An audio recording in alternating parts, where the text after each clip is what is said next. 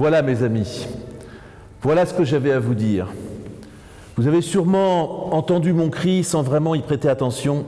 Il est vrai que je ne suis pas censé parler, je suis censé porter, supporter, puis disparaître nulle part. Et surtout, je ne suis censé ne jamais revenir vers vous. Vous comprenez qui je suis ? Non. Alors écoutez ce passage tiré de Lévitique 16. De la part de la communauté des enfants d'Israël, il, Aaron, prendra 2 boucs pour l'expiation et un bélier comme holocauste. Et il prendra les 2 boucs et les présentera devant le Seigneur à l'entrée de la tente d'assignation. Aaron tirera au sort pour les 2 boucs. Un lot sera pour l'Éternel, un lot pour Azazel. Aaron devra offrir le bouc que le sort aura désigné pour l'Éternel et le traiter comme expiatoire, et le bouc que le sort aura désigné pour Azazel devra être placé vivant devant le Seigneur pour servir à la propitiation, pour être envoyé à Azazel dans le désert. Vous voyez maintenant, je ne suis pas celui que le sort désigne pour l'Éternel. Le pauvre, lui, ne peut plus vraiment communiquer son expérience. Je suis celui sur lequel Aaron pose les mains pour le charger d'une lourde mission au sens propre, porter et emporter vos péchés. Oui, mes amis, je suis le bouc, le 2e bouc, pas celui qui n'est sacrifié, mais celui que l'on envoie à Azazel. Autrement dit, loin et nulle part, je suis le bouc émissaire. Bon, vous n'avez jamais cherché à me connaître, mais c'est un fait, il est essentiel que vous ne me connaissiez pas, et que vous souhaitiez même ma disparition définitive. En cette période de Yamim Noraim, de jours terribles, où vous appliquez à peaufiner votre teshuva, votre retour sur vous-même, il est un retour qui ne doit jamais se faire, c'est le mien. Si vous m'envoyez à Azazel avec vos péchés, n'est-ce pas, ce n'est pas pour que je revienne. Azazel, c'est un one-way ticket. On envoie, on y va, mais on n'en revient pas. Mais moi, ce soir, j'aimerais réparer une injustice, vous dire un peu qui je suis. Bouc émissaire, pour commencer, l'expression me fait bien rire. Si j'émettais quelque chose, ce serait plutôt des doutes. Chaque année, pieusement, à ce qu'on m'a dit, vous racontez mon histoire dans le récit de la Avoda. Et ces derniers siècles, j'ai entendu bien des choses sur moi.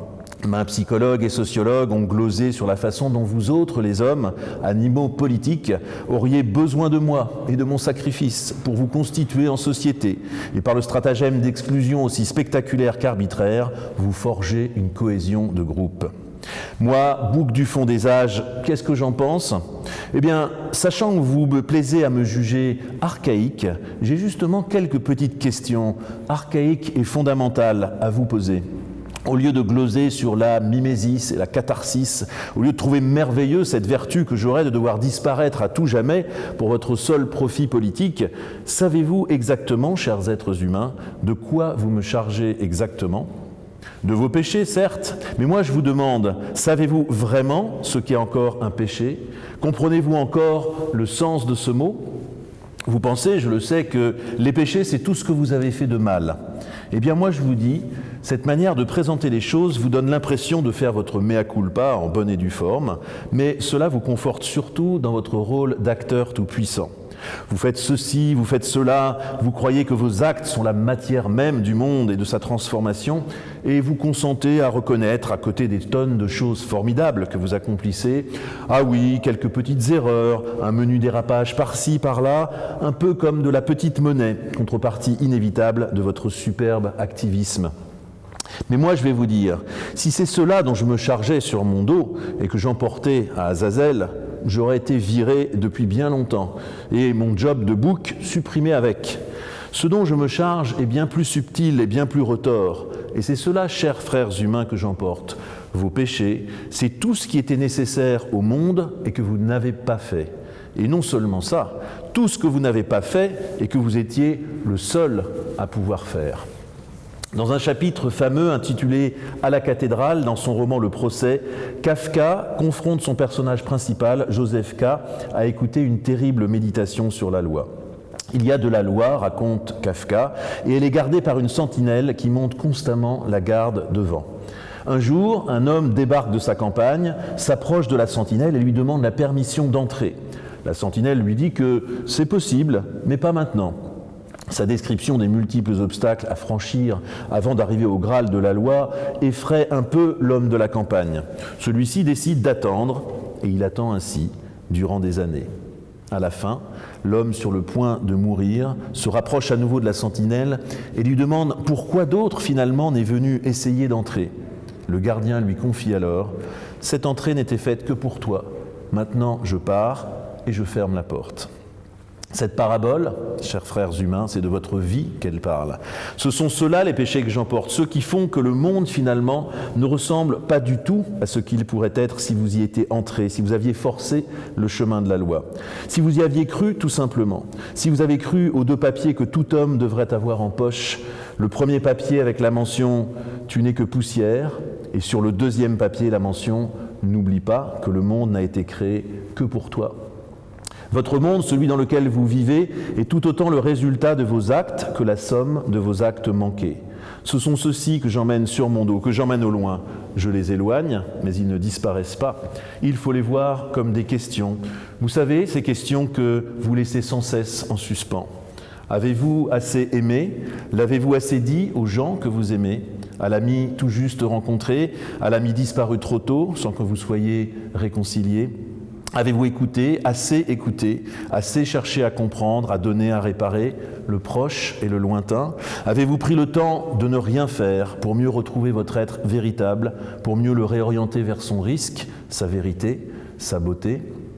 Vous savez, Azazel n'est pas un lieu, c'est un non-lieu. Mais ce non-lieu existe et il a les exactes dimensions de tout ce que vous n'avez pas fait. Je vous assure, j'ai de la place, il est large mon désert.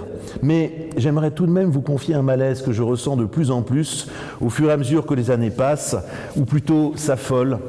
Dans un monde comme le vôtre, ce monde où vous contrôlez en permanence, où vous passez votre temps à ne jamais être pris en défaut, parvenez-vous encore à vous connaître suffisamment vous-même pour comprendre encore ce que sont vos péchés, c'est si important de le savoir, pour comprendre où sont vos lumières intérieures et vos ombres intérieures? J'ai l'impression, moi, que le péché n'a plus trop la cote, enfin qu'il ne veut plus trop rien dire, et du coup mon espace se resserre, mon Azazel, mon désert, mon nulle part où j'allais librement, et dont je n'avais pas à revenir, oui, se resserre. Le désert recule, il n'existe pratiquement plus.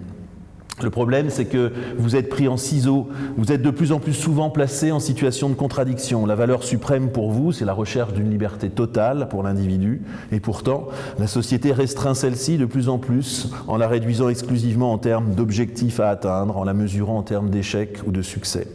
Cette double injonction, cette machine infernale de la liberté et de l'obligation de résultat, écrase complètement le désert dont je parle et dont l'existence est si importante. Elle signe l'impossibilité de reconnaître au péché la moindre place.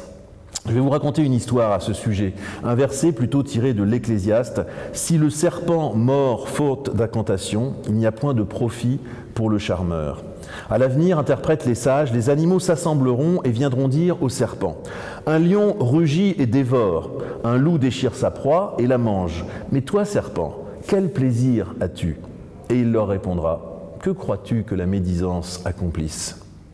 Ce n'est pas qu'il y ait un bon mal et un mauvais mal, mais dans l'enseignement des maîtres chassidiques, le type de mal du serpent, le lachon hara, la médisance du serpent, est le prototype du mal absolu parce qu'il est gratuit. Il n'a d'autre but que de détruire tout simplement, et son auteur ne retire même pas de profit du mal qu'il inflige. Cette leçon étonnante de nos sages, c'est que le mal sans la jouissance du mal par son auteur est particulièrement suspect. Dans l'enseignement du Baal Shem Tov, toute chose qui existe dans le monde a été créée pour une fin positive. Et dans cette vision, même le mal est un piédestal pour le bien. Un mal ancré dans l'intérêt, dans la jouissance, demeure humain, et alors il peut être transformé. Mais un mal déraciné de sa jouissance secrète une sorte de tristesse, un non-profit vraiment destructeur, une sorte de dépression radicale qui ravage tout sur son passage. Mais que faire? Pourquoi cette histoire? Cette légèreté totalement destructrice du serpent, je la compare un peu avec ces péchés qui ne vous obsèdent plus vraiment. Avant, le péché avait de l'allure, vos égos avaient leur forteresse bien verrouillée, mais elle se laissait atteindre, et vos péchés, la conscience de ce que vous aviez manqué, étaient taillés pour l'expiation, à la hauteur de vos introspections, parce que vous y aviez encore intérêt. Vous saviez encore ce qu'est l'intériorité, sa fragilité mais son importance. Aujourd'hui, je vois que vous ne vous occupez plus tellement de vous-même, que vous négligez vos clairs obscurs, cette part d'ombre que vous n'estimez peut-être pas utile ou qui peut-être vous fait peur, mais vous n'avez même plus le temps d'avoir peur. Parole de bouc. Dernier point, si vous ne savez plus très bien ce qu'est le péché, cela veut dire qu'il en est ainsi du pardon. Dans le Midrash Rabbah, Dieu dit de l'homme que je le crée à partir du lieu même de son pardon, et puisse-t-il ainsi subsister. Alors j'insiste, chers frères humains, au sein de votre liberté oublieuse, à la fois si vaste et si surveillée, existe-t-il encore un espace pour le pardon, une endurance, une patience où vous pourriez vous tromper sans le payer immédiatement d'une baisse de votre crédit ? Existe-t-il encore chez vous un peu de désert, un peu de bienveillance pure pour pardonner aux autres, bien sûr, mais plus encore pour vous pardonner vous-même ? Il est tellement facile d'être trop dur envers soi-même. On se donne le bénéfice de l'exigence envers soi-même, mais soyons honnêtes, la plupart du temps c'est pour mieux justifier, camoufler l'excuse de ne pas agir, pour enrober sous l'excuse d'incompétence l'appel exigeant responsable du fait que le monde attend mon inéni, mon me voici, parce que le monde a été créé pour moi. Cette importance de la bienveillance envers soi-même et la tristesse des zones d'ombre que l'on ne cultive pas. Milan Kundera le dit magnifiquement dans un passage de son roman « La plaisanterie ». Nous vivions, Lucie et moi, écrit-il, dans un monde dévasté. Et faute d'avoir su le prendre en pitié, nous nous en étions détournés, aggravant ainsi et son malheur et le nôtre. Agir, mais tout autant aimer le monde sous l'aspect du péché, de ce qui lui manque et de ce qui vous manque, en avoir pitié, l'admettre, puis respirer.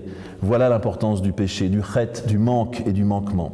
Et ce n'est pas certainement pas la recette du masochisme, mais tout le contraire, celle de la responsabilité, celle qui se tourne vers le monde et le reçoit tel qu'il a été créé pour vous.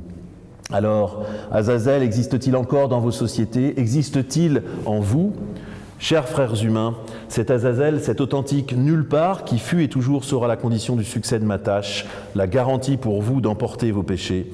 Azazel, je l'ai dit, n'est pas un lieu situé quelque part, il n'est situé que dans vos consciences et c'est une grande chose que d'avoir la poésie d'y croire. En cette ultime étape de Kippour, parole de bouc, je vous l'ai dit donc sans réserve, cherchez, scrutez vos péchés, osez dévoiler ce moi profond qui se sait devant Dieu, qui vibre à la moindre variation de position, plus proche, moins proche, encore trop loin. Avec Voltaire, cultivez votre jardin, mais avec moi, parole de bouc, au son ancestral, primitif, primaire et brut du chauffard, cultivez aussi votre désert, votre jachère, votre part d'ombre et de poésie, votre risque et votre promesse. Retrouvez, mes amis, l'art de vous débarrasser de vos péchés et je serai alors à nouveau fidèle au rendez-vous pour les emporter. Et je vous le promets, cette fois-ci, je n'en reviendrai pas. Gmar Khatima Tova, soyez inscrits dans le livre de la vie.